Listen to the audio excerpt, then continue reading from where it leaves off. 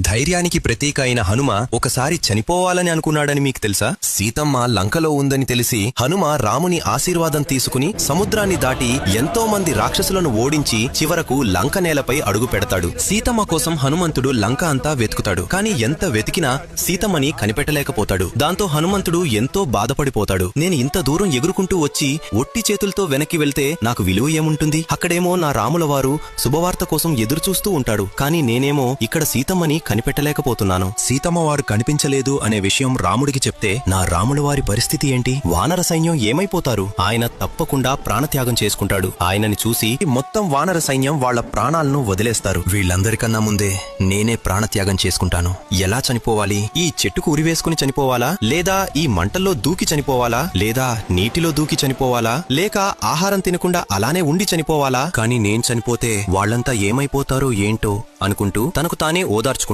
సరిగ్గా అదే సమయంలో పక్కనే ఉన్న అశోకవనము నుండి ఏడుస్తూ బాధతో ఒక గొంతు వినబడుతుంది. ఆ గొంతు వినగానే హనుమంతుడు చిరునవ్వుతో ఎగురుకుంటూ వెళ్లి చూస్తే సీతమ్మ కనిపిస్తుంది. హనుమంతుడిని చూడగానే సీతమ్మ హృదయం ఆనందంతో నిండిపోయి చిరునవ్వుతో లేచి నిలబడుతుంది. హనుమ రాముల వారి ఉంగరాన్ని సీతమ్మకి ఇస్తాడు. దయచేసి ఎవరైనా ఆత్మహత్య చేసుకునే సమయంలో ఒక్క క్షణం ఇంట్లో వారి గురించి ఆలోచించండి. హనుమంతుడు అంటే మీకిష్టం ఉంటే జై బజరంగబలి అని కామెంట్ చేయండి. జై బజరంగబలి.